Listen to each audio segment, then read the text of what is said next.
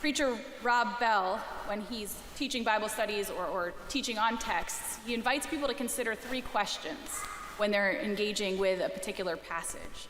He asks them to think, well, why did people think it was important to write this down? Why did it endure over so many years? And what does it say about what it means to be human? With 2 Peter, when I kind of pull together or weave together those threads of genre, it's a farewell address. With context, he's writing to people who are questioning because what they thought God would do is not what God's doing. And then those questions about purpose. Here's why I think that people found it important to hold on to this letter that we call 2 Peter. Why it's lasted all these years, and what it says about being human. So if this letter is attributed to Peter, that beloved disciple who didn't understand Jesus a lot of the time when Jesus was alive.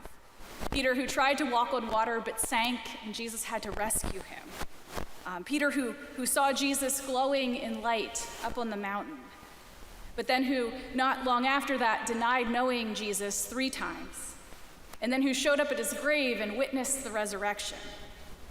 And then this is that same Peter who went on to be an apostle in the church, to work hard to share the good news, to give his whole life to Jesus and to this message. And he lived through trials and tribulations about who the news was for and navigated how to expand the vision for the church beyond the boundaries that people expected. And now this same Peter who experienced all of that same Peter is about to die. And still, Jesus hasn't come back like they thought that he would. And now people are questioning if any of it was real, if they could really believe in the things that they'd been taught, if God was really at work among them. They're questioning all of this.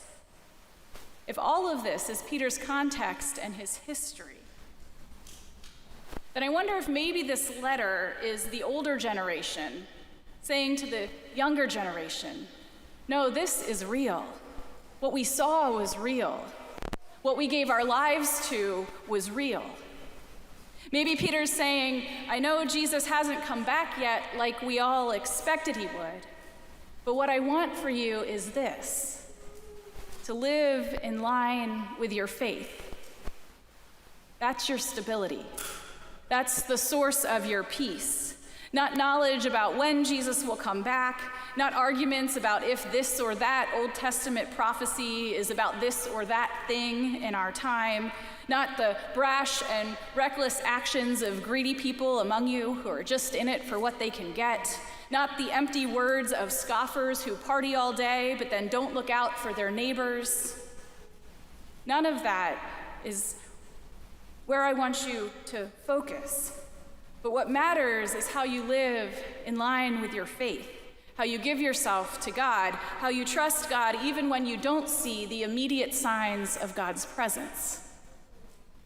What we saw was real.